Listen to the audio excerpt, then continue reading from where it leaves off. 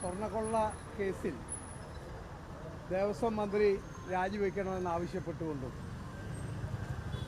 SITയുടെ അന്വേഷണത്തിൽ മുഖ്യമന്ത്രിയുടെ സമ്മർദ്ദം അവസാനിപ്പിക്കണമെന്നാവശ്യപ്പെട്ടുകൊണ്ടുമാണ് ഞങ്ങൾ സഭാ നടപടികൾ ബഹിഷ്കരിച്ചുകൊണ്ടിരുന്നത്.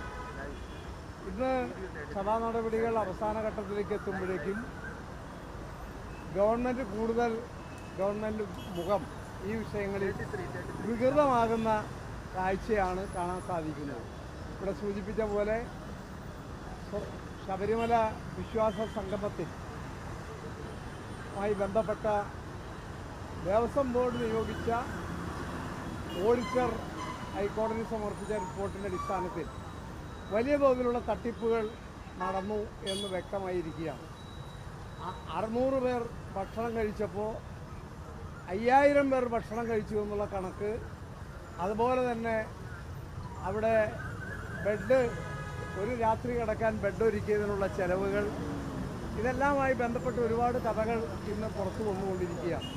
ഞങ്ങളെ സംബന്ധിച്ചിടത്തോളം ഞങ്ങൾക്ക് കോടതിയോടുള്ള യാതൊരു വിധത്തിലുള്ള അനാദരവില്ലെന്ന് മാത്രമല്ല, കോടതി നടപടികളെ അങ്ങേയറ്റം കോടതികളെ ബഹുമാനിക്കുന്ന നിലപാടാണ് ഞങ്ങൾ ഇതേപര്യന്തം സ്വീകരിച്ചിട്ടുള്ളത്.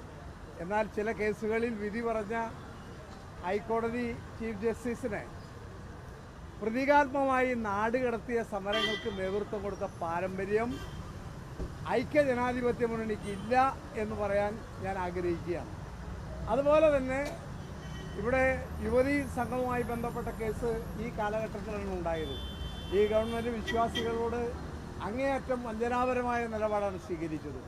ഗവൺമെൻറ് ഒരു നിലപാടുമില്ല എന്നുള്ളതല്ല, ഗവൺമെൻറ് ആ കാര്യത്തിൽ ഒളിച്ചുകളിയാണ് നടത്തുന്നത്. കേരളത്തിലെ വിശ്വാസി സമൂഹത്തിന് അറിയേണ്ട കാര്യം യുവതീ പ്രവേശന കാര്യത്തിൽ ഗവൺമെൻറ് നിലപാട് എന്താണ് എന്നുള്ളതാണ്.